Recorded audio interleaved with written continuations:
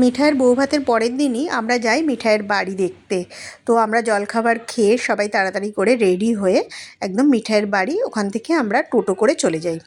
আর দেখো, এটা হচ্ছে মিঠাইয়ের বেডরুমের একদম বাইরেই ডাইনিং। সবাই এখানে বসে আড্ডা মারছে, গল্প করছে। তো আমরা যতজন গেছি সবাই গেছি ওর বাড়িতে ঘুরতে। আর ববি বলল, মানে মিঠাইয়ের মা বলল, পুরো বাড়িটা একটু ঘুরিয়ে দেখাও, তাহলে সবাই আমার মেয়ের বাড়িটা দেখতে পাবে। তো আমি বললাম ঠিক আছে। শুধু ওদের ফ্লোরটাই আমি দেখিয়েছিলাম, নিচে ওর কাকিমারাও থাকে অবশ্য, সেই জায়গাটা আমার আর দেখানো হয়নি। আর দেখো, চারিদিকটা একদম টিপটপ করে সাজানো আছে, খুব সুন্দর দেখতে লাগছে, একদম পরিষ্কার টিপটপ চারিদিক। আর মিঠাইয়ের ঘরটা ওই ডাইনিংয়ের পাশেই ছিল। তো আমি মিঠাইয়ের রুমটা তোমাদের পরে দেখাচ্ছি। আর এদিকে দেখো, ওর শাশুড়ি মা, এইখানটা হচ্ছে ডাইনিং কাম কিচেন। তো সামনেই ছিল ওর শাশুড়ি মায়ের ঘর। তো প্রথমেই ওদের একটা গেস্ট রুম ছিল শাশুড়ি মায়ের ঘরের পাশেই। তো সেই গেস্ট রুমে ঢুকলাম। ঘরটা খুব সুন্দর, হ্যাঁ, এটা হচ্ছে গেস্ট রুম। হ্যাঁ হ্যাঁ, ঠিক আছে, না আমি বানিয়ে নিচ্ছি।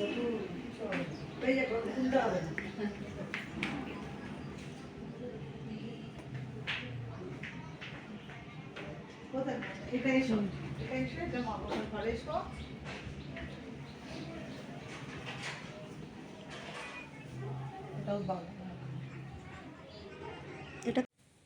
এই ঘরটা হচ্ছে অনির্বাণের বাবা আর মায়ের ঘর।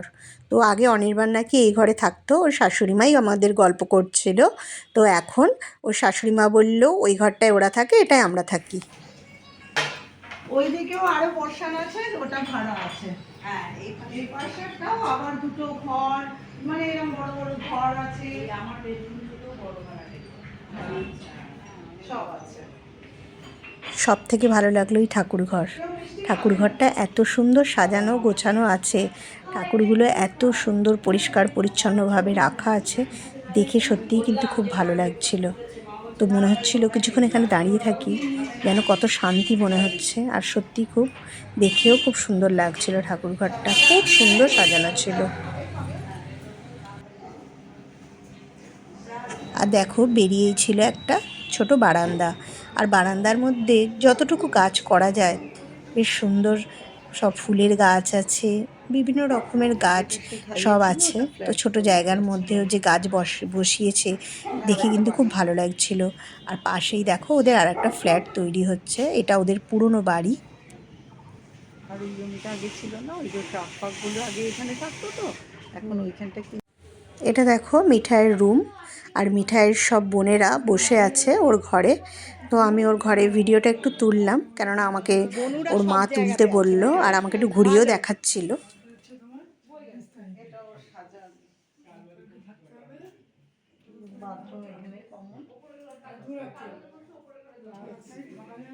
মিঠাই আর অরিন্দমের একটু ছবিটা তুলো,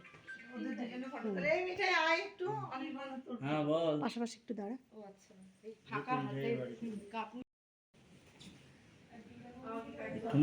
এটা মিঠাইয়ের ঘর, দাদার ঘর। আমরা মিঠাইয়ের বাড়ির থেকে চলে যাই হংকং মার্কেটে, সব ননদ জায়রা মিলে। তো বললাম এত দূর যখন এসেছি, একবার মার্কেটটা ঘুরবো না? তো সেই জন্য আমরা সবাই মিলে ঠিক করলাম, চলো একটু মার্কেটে ঘুরে আসি। আর এদিকে দেখো, দুপুরবেলা বেশ অনেকটা দেরি হয়ে গেছে। সবাই বলছে তোমাদের এত কেন দেরি হলো? তো একটু টুকটাক ঘোরা কেনাকাটা করতে গিয়ে আমাদের একটু দেরি হয়ে গিয়েছিল। তো তাড়াতাড়ি করে আমরা এসে আমরা খেতেও বসে পড়ি। এদিকে দেখো, ভাত, ডাল, গোল গোল চিপস, আলু ভাজা, তারপর ফুলকপির তরকারি দিয়ে আমরা তাড়াতাড়ি করে ভাত খাচ্ছিলাম, কারণ রুমে গিয়ে একটু জামা কাপড়টা গুছিয়ে আবার কিছুক্ষণ বাদেই বেরোবার ব্যাপার আছে। তো দেখো, এদিকে চিংড়ি মাছ, পটল আলু দিয়েও একটা তরকারি করা হয়েছে, তারপর চিকেন হয়েছিল, অনেক কিছু রান্না হয়েছিল। তো তাড়াতাড়ি করে সব খেয়ে দিয়ে আমরা, দেখো লাস্ট পাতে ছিল চাটনি, আর দিয়েছিল পাঁপড়, আর মিষ্টি ছিল, আর আইসক্রিম ছিল। আর আমাদের ট্রেন দার্জিলিং মেল ছিল, ফেরার ট্রেন। যাওয়ার সময় যতটা আনন্দ হচ্ছিল, ফেরার সময় ততটাই মন খারাপ লাগছিল, কিন্তু কী আর করা যাবে বলো। দেখো, ট্রেনে উঠে আমরা একটু ঝালমুড়ি কিনেছিলাম। আর এদিকে মিঠাইয়ের শ্বশুরবাড়ি থেকে আমাদের পোলাও, পনির সব খাবারের ব্যবস্থা করে দিয়েছিল।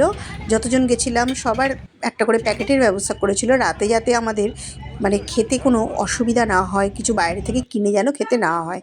তো এইদিকে দেখো আমাদের পুরো গোল টেবিল বসে গেছে, আর আড্ডা মারা কাকে বলে, ফেরার সময় হই হই চলছিল। আর রাতে দেখো আমরা পোলাও আর পনির নিয়ে বসে পড়েছি।